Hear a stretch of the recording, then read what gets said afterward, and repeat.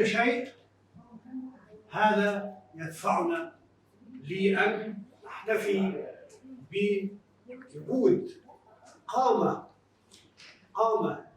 إنسانية وثقافية مهمة الحقيقة بيننا، لم يتأخر أبداً عن تلبية دعوة من أتيليه القاهرة في أي وقت. حين أردنا أن نحتفل بالفنانة الراحلة الفلسطينية لطيفة يوسف، كان أول من دعم التجربة وحضر بنفسه هو المستشار الثقافي الصديق العزيز ناجي الناجي. بك في بيتك ومرحبا في مصر التي هي أيضا بلدك. والتاريخ المصري الفلسطيني الحقيقة تاريخ يعني ممتد لآلاف السنين، وفلسطين هي البوابة الحقيقية لأمن مصر. هذا لا يمكن أبداً أن ننكر ذلك. لذلك هذا الدم الذي ينزف الآن في أرض فلسطين هو دمنا جميعاً، وأنا لن أطلب منكم الحقيقة وقوف دقيقة حداد، لن أطلب ذلك، لأنني أؤمن تماماً أنهم الذين استشهدوا في أرض فلسطين دفاعاً عن الوطن ودفاعاً عن الأرض ودفاعاً عن الكرامة العربية، هؤلاء لم يموتوا، هؤلاء يولدون ويولدون ويولدون ويولدون ولن يموتوا أبداً. لذلك قد أطلب منكم الوقوف دقيقة حداد على من ماتوا وهم أحياء، لكنني أرى أنهم لا يستحقون أيضا. لذلك سنكتفي بأننا نحمل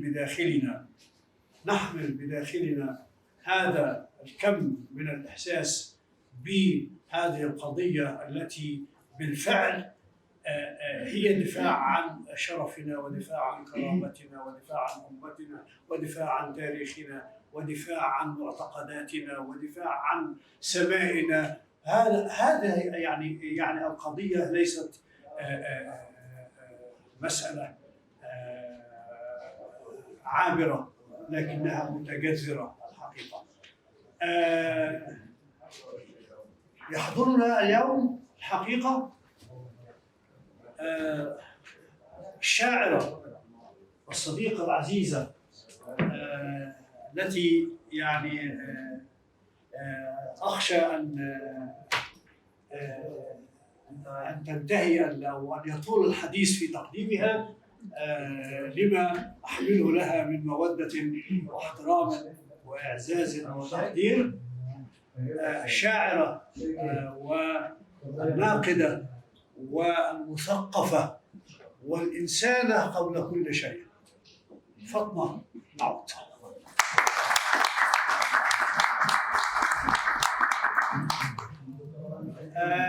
عن يميني الحقيقة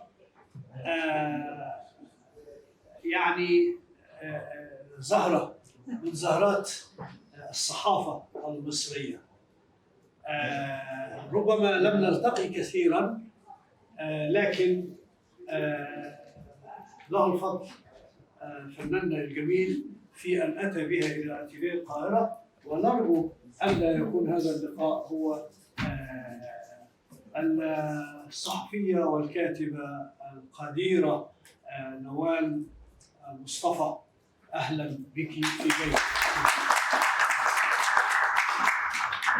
نشرف أيضا بأستاذ الدكتور حسين عبد البصير، مدير متحف الآثار بمكتبة الإسكندرية، خصوصا للمشاركة في هذا اللقاء. أنا الحقيقة يعني أود أن أستمع أولاً إلى كلمة من صديقي العزيز ناجي الناجي، المستشار الثقافي لجمهورية فلسطين العربية. أولاً لأنه ربما يعني يضيق عليه الوقت لارتباطه بمواعيد يعني قد تحول دون استمراره معنا، لذلك سأدعه يتكلم في البداية. تفضل.